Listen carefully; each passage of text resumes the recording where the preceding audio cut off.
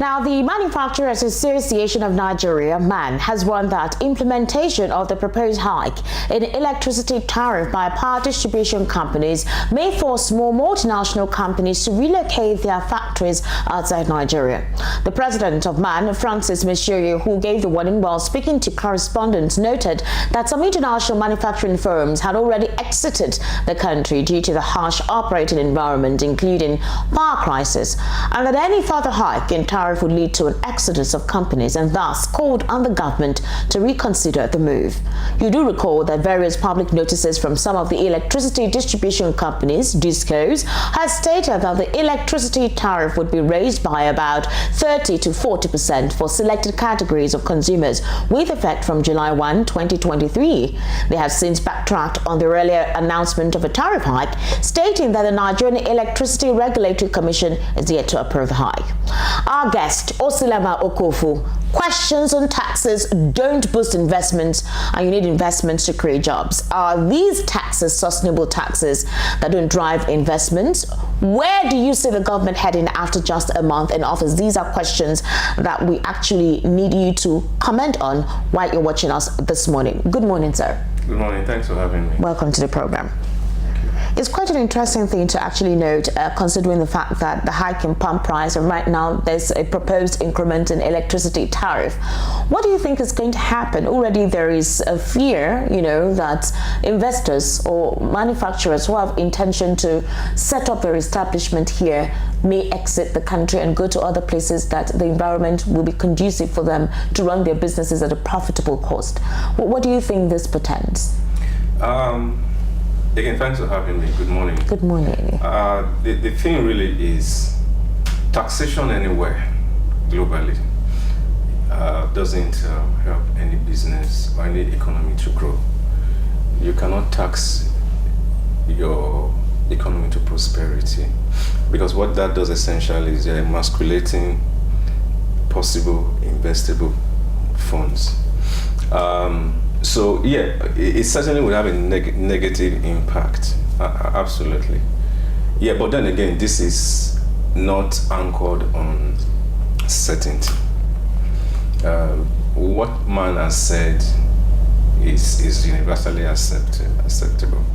But then again, the question we probably want to ask ourselves is, how many of such international manufacturing outfits do you still have in Nigeria?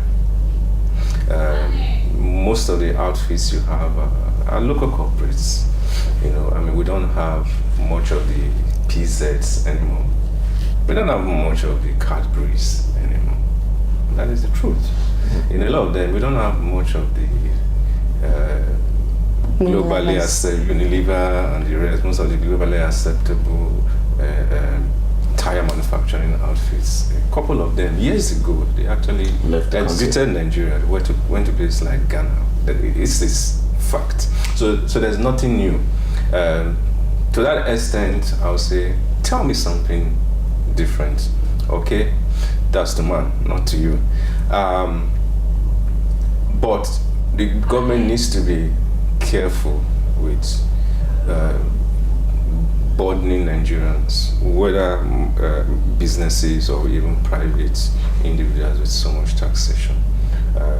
But what is important, however, is to understand where all this will lead us. A lot of wastages take place even in the electricity sector. Nigerians are known for putting on lights and equipment where they don't. But that's why the prepaid billing system comes to play. Right. So if you're buying, if you know you're using up what you have paid for, then you will find a way to put some you caution yourself. Yes. As against not even having it available at all. Even with the increase, what guarantees that you have it available? They have been persistent. That's the problem. That's why we're saying manufacturers might leave. They might leave if they haven't left all these years when the power situation didn't improve. I don't see why they want to leave now, and that's the point I'm making. Our power situation didn't improve because we increased prices. It did not. The power system is broken down into. There's the distribution, right? Transmission. There's the transmission and all that. It hasn't improved. Okay, so I don't see that. The point I'm making, I don't see that as so much of an issue. Really, if those manufacturing outfits are born all these challenges, all these decades, right? Why now? Why do you want to leave now? It's important for us to understand that the Nigerian economy is number one in Africa. It's globally sought after. A lot of investors want to come into Nigeria, okay, and that is a fact. We just need to get a couple of things right.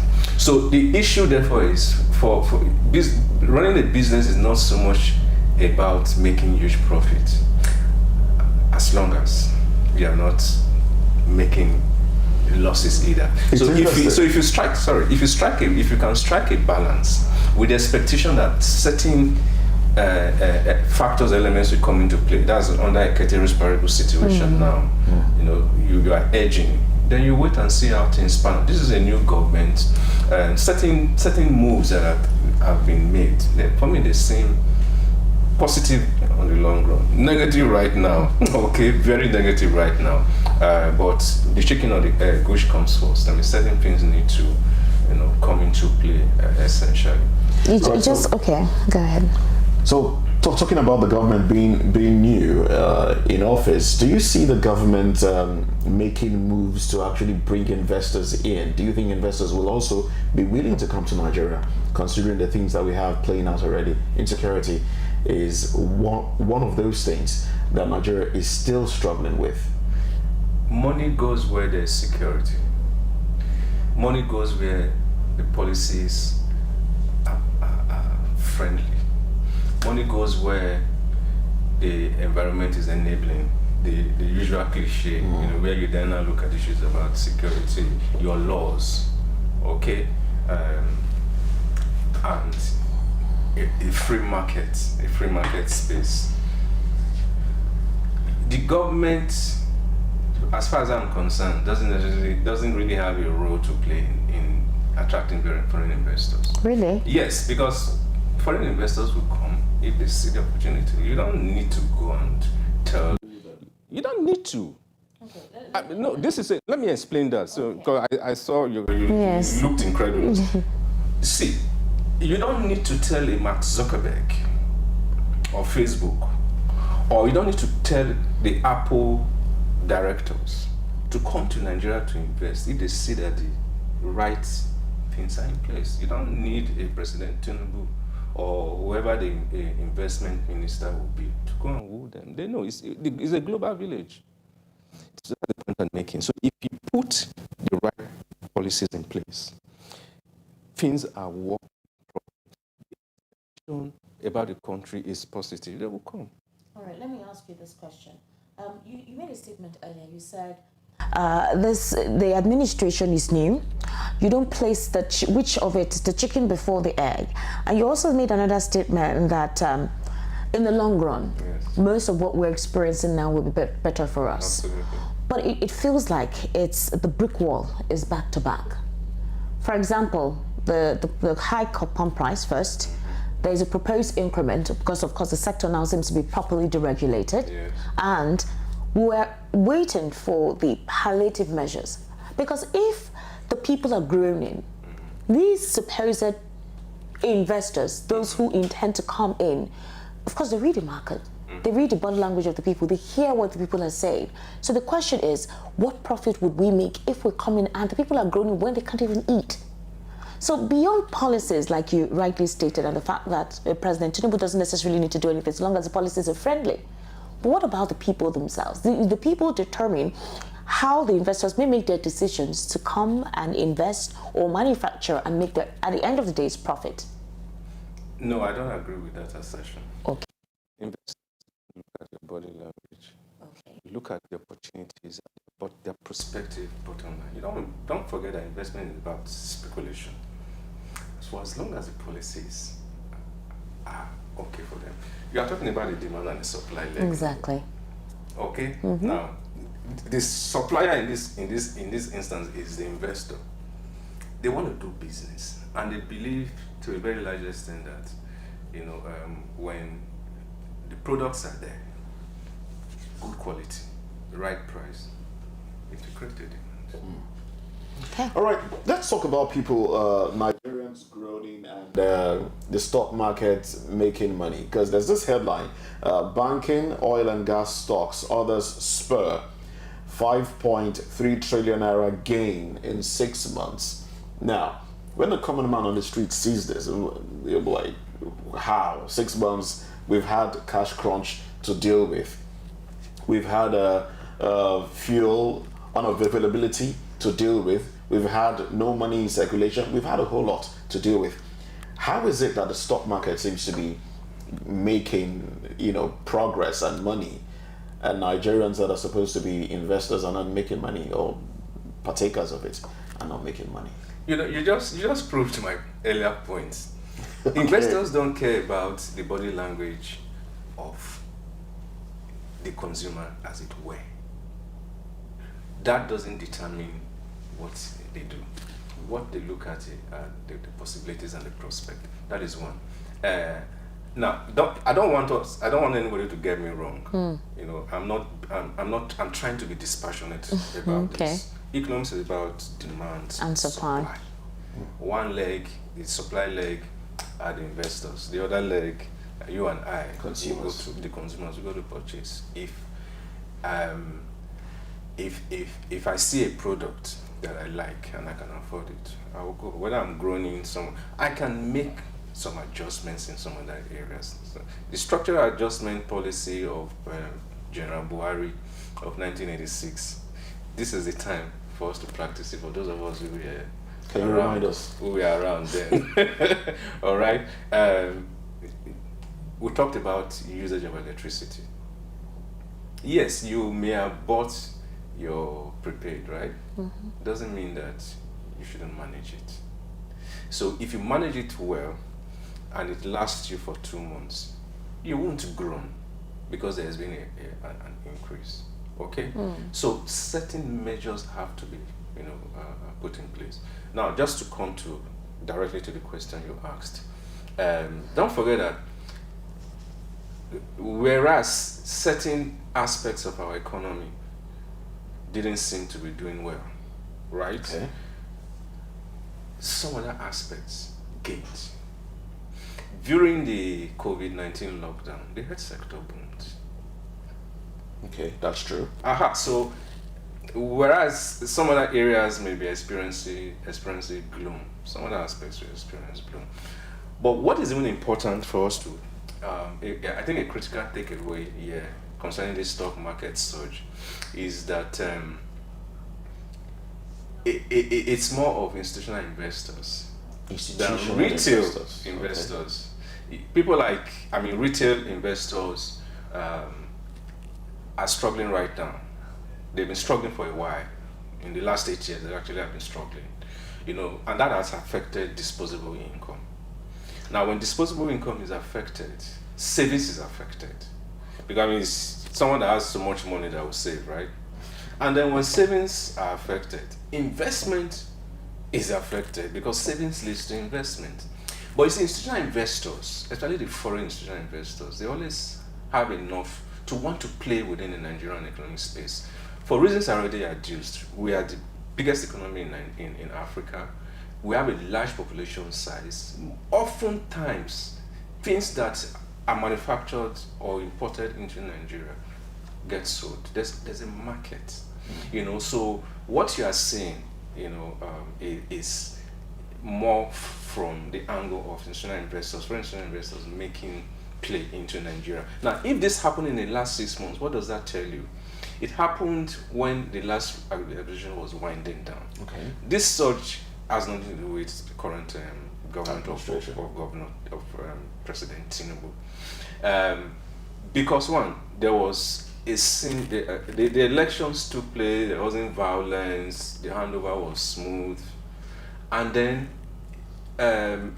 foreign investors saw that a new president is coming that from antecedents is business friendly. And I will say this anyway, no president can be worse than President Buhari. You know, so expectations would therefore be that, okay, fine, if this guy that was not I so guess we'll good, wait to see. sorry, I guess we'll wait to see. yes, we'll wait to see. It's my personal opinion. It has nothing to do with your organization, but that is my personal opinion. So if I have that kind of mindset, of course, I want to speculate and take a chance on this new guy. You know, like I said, there's antecedents. I'm already beginning to see some of those moves. This presidency cannot be as bad as the last one. You know, so that is it. And again, don't forget that our equities are cheap. Our equities are actually really very cheap. They are pennies, you know, where foreign investors are concerned. Especially when you factor in the exchange rate and stuff. And is that a good thing for us? Yeah, so it makes sense for you to, you know, pick these equities, these stocks, when they are very, very lowly priced, such that the tendency for most of them is the only way for them to go is up, and then you make your gain. So those are the things I'm saying, really. I mean, I believe those are the factors that actually drove that surge that you saw. Okay, now the surge in the stock market and the surge some businesses are making. How can the common man tap into, you know, benefit from this? The surge you are seeing, you know, the stock market. Will this lead to employment? Will this lead to... Yeah, exactly. The stock market is the window that shows you how well an economy is doing. Now, the increase in the stock market, you actually reeled out some of the equities, some of the organizations that grew.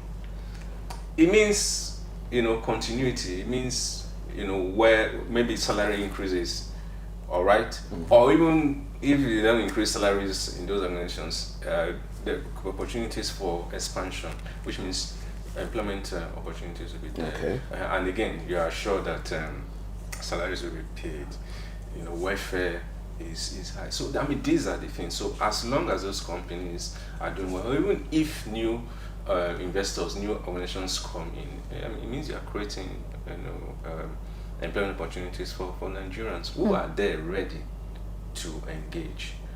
Okay, so that is what I see: growth in employment opportunities, growth in welfare, increase in disposable income, and of course, a snowballing, you know, of you know, into different other areas. Does the stock market reflect on the economic realities? Is it a reflection of the economic reality?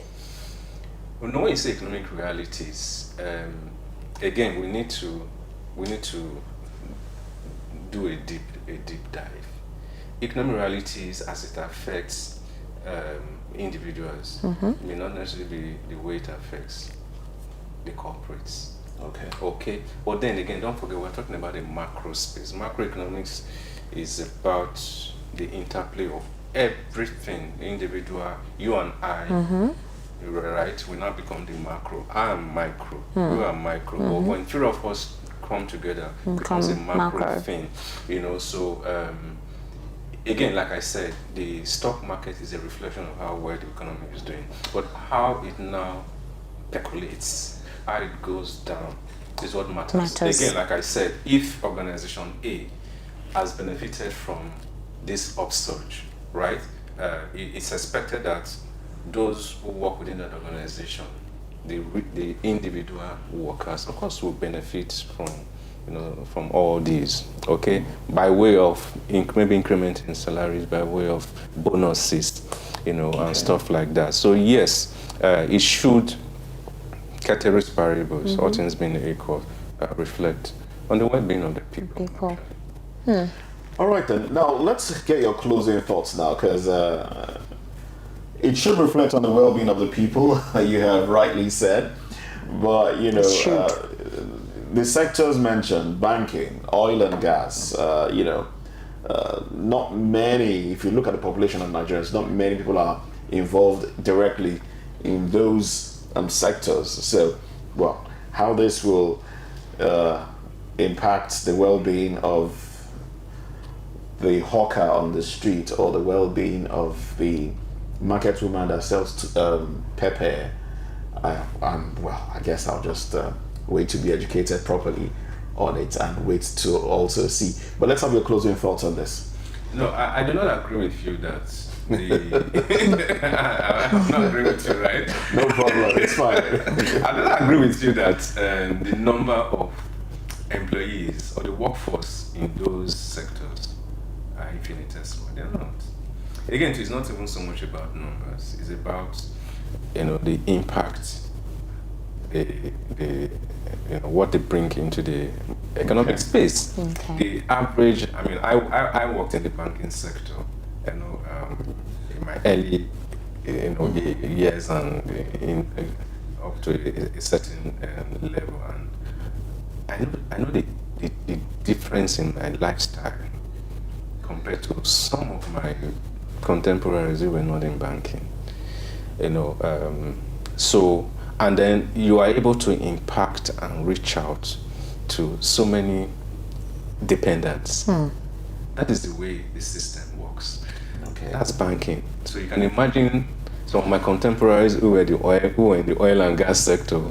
Some of them were even earning twice or three times what I was earning, which was good.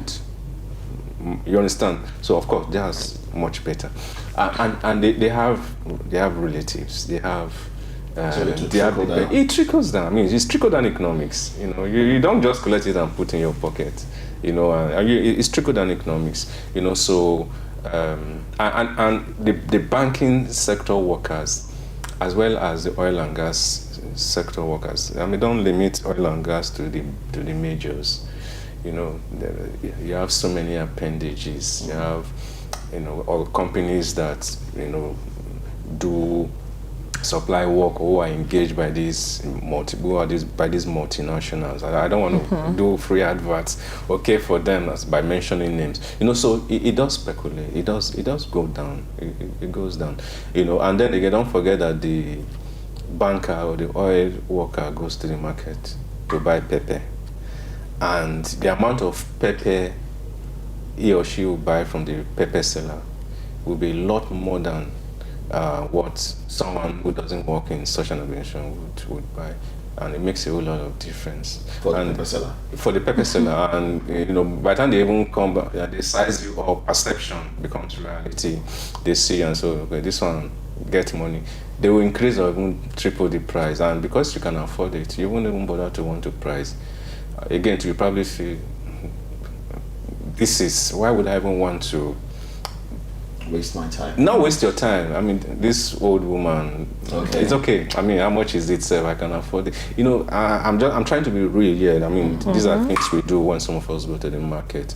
We don't necessarily bother to price because cool with it. I would like to see you in the marketplace. Yeah, because I've been in situations where when I travel to Abuja, for example, for maybe trainings or some events, I pick.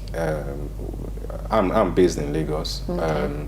Of course, I don't have to use Uber or Bolt and the rest. And by the time they give you your bill and you're like, is that all? And then you pay. I pay. And then the next day they wonder, I say, no, don't worry.